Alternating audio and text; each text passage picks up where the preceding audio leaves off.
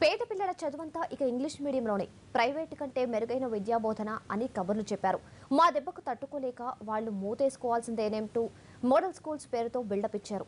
సొంత స్కూల్ బిల్డింగుల కోసం కాంట్రాక్టులు ఇచ్చేశారు. తీరా వాస్తవంలోకి వచ్చేసరికి అంతా చతికిలపడింది. నిర్మాణాలు పూర్తవక ముందే బిల్డింగులకు పెచ్చులు ఊడుతున్నాయి. ఇంగ్లీష్ మీడియం చెప్పడానికి సరైన టీచర్లు లేరు. కనీసం మరుగుదొడ్డి సౌకర్యం కూడా లేక అల్లాడుతున్నారు మోడల్స్ స్కూల్స్లో చేరిన పిల్లలు.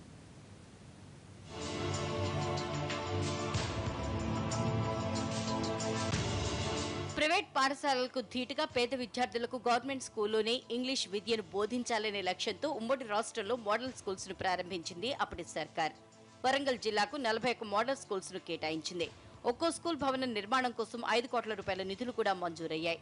వీటిలో 35 భవన నిర్మాణాలు మొదలుపెట్టగా 7 గడుస్తున్నా కొన్ని ఇంకా పూర్తి కాలేదు. జరిగిన పనులు కూడా నాసిరకంగా ఉండటంతో ప్రారంభానికి ముందే కొన్ని కూలిపోతున్నాయి, మరికొన్ని పెచ్చులూడిపోతున్నాయి. అరాకొరాగా పూర్తయిన భవనాల్లోనే క్లాసులు ప్రారంభించేశారు అధికారులు.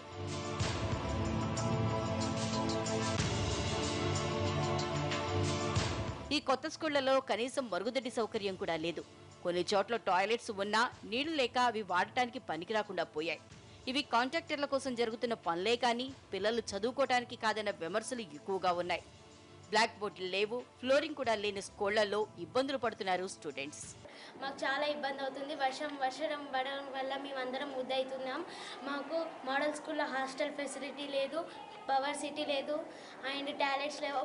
బాయ్స్ అంటే బయటికి వెళ్ళొచ్చు కానీ గర్ల్స్ ఎలా షేమ్ అనిపిస్తుంది, మాకు చాలా షేమ్ అనిపిస్తుంది. వాటర్ ఫెసిలిటీ కావాలి మాకు ఈ స్కూల్కి రావాలంటేనే చాలా భయం వేస్తుంది.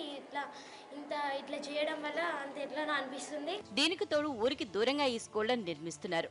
ముందు హాస్టల్ వసతి ఉంటుందని బెళ్లాపేచింది ప్రభుత్వం. ఇప్పుడు స్కూల్ బిల్డింగ్కే దిక్కులేదు, ఇక హాస్టల్ మాట ఎక్కడదన్నట్లుగా ఉంది పరిస్థితి. గ్రామీణ ప్రాంతాల నుంచి వచ్చిన విద్యార్థులు స్కూళ్లకు సమీపంలోని ప్రైవేట్ హాస్టల్స్ లో ఉంటూ ఆర్థికంగా ఇబ్బందులు పడుతున్నారు. మోడల్ స్కూల్స్ కు సంబంధించినటువంటి విషయం లోపల ఈ ప్రభుత్వమే బాధ్యత వహించి మోడల్ స్కూల్స్ నిర్వహించాలా. అదేవిధంగా కేజీ టు పీజీ విద్య చెప్పి ఈ ప్రభుత్వం ఇంకా ఆచరణలో పెట్టలేదు కనుక కేజీ టు పీజీ కూడా స్కూల్స్ లాగా కాకుండా చూడాలా, మోడల్ స్కూల్స్ను తెరిపించాలా. కేజీ టు పీజీ విద్యకి ప్రణాళికను కూడా ప్రకటించాల్సినటువంటి అవసరం ఉంది. మొత్తానికి మోడల్ స్కూల్స్ తో భవిష్యత్ అంతా బంగారమేనని కలలుగన్న విద్యార్థులను వాస్తవ పరిస్థితులు వెక్కిరిస్తున్నాయి. కేజీ టు పీజీ ఉచిత విద్య అందిస్తామని చెప్తున్న తెలంగాణ ప్రభుత్వం అస్తవ్యస్తంగా ఉన్న మోడల్ స్కూళ్ల మీద దృష్టి పెట్టాలని కోరుతున్నారు విద్యార్థుల తల్లిదండ్రులు.